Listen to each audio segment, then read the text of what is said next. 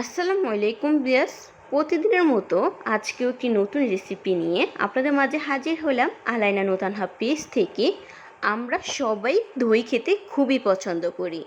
দই আমাদের শরীর এবং পেটকে খুবই ঠান্ডা রাখে। তো আমি নিজের হাতে কিভাবে দই বানাবো, তো ছোট্ট একটি রেসিপি আপনাদের সাথে শেয়ার করছি। আশা করছি আপনাদের কাছে খুবই ভালো লাগবে।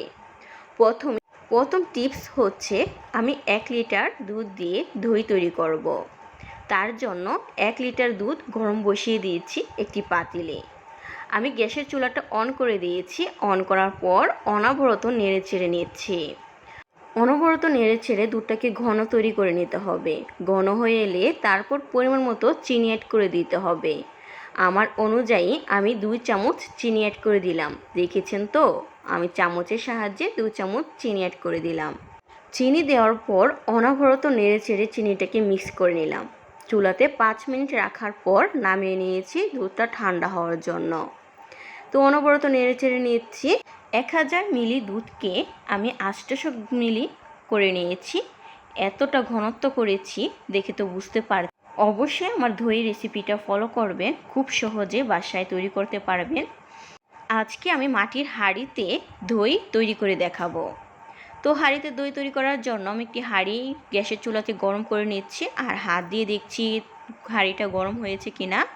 আর বাজার থেকে একটি দই কিনে এনেছি দই তৈরি করার জন্য। তো প্রথমে এখানে আমি দুধে অল্প দই অ্যাড করে দিব, আর হাঁড়িতে কিছুটা দই অ্যাড করে দিব। এভাবে যদি আপনারা দই তৈরি করেন, দইটা এত সুন্দর পারফেক্ট হবে, সুন্দরভাবে জমাটো বাঁধবে।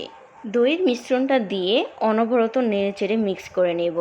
এমনভাবে মেশাতে হবে দইটা যেন দুধের সাথে একদম মিক্স হয়ে যায়। অনবরত নেড়ে ছেড়ে নিচ্ছি মিক্স হওয়ার জন্য। মিষ্টি দই কিংবা টক দই ঠিক মতো যদি ফলো করেন, বাসায় সব ধরনের পাত্রই তৈরি করতে পারবেন।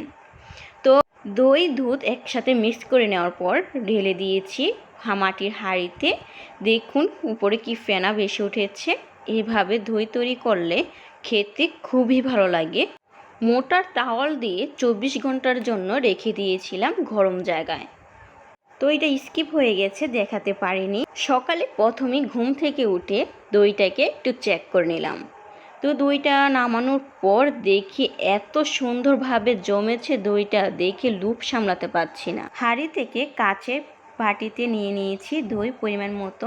দেখুন কতটা সুন্দর পারফেক্ট দইটা, কতটা জমেছে, খেতে ভীষণ মজা ছিল।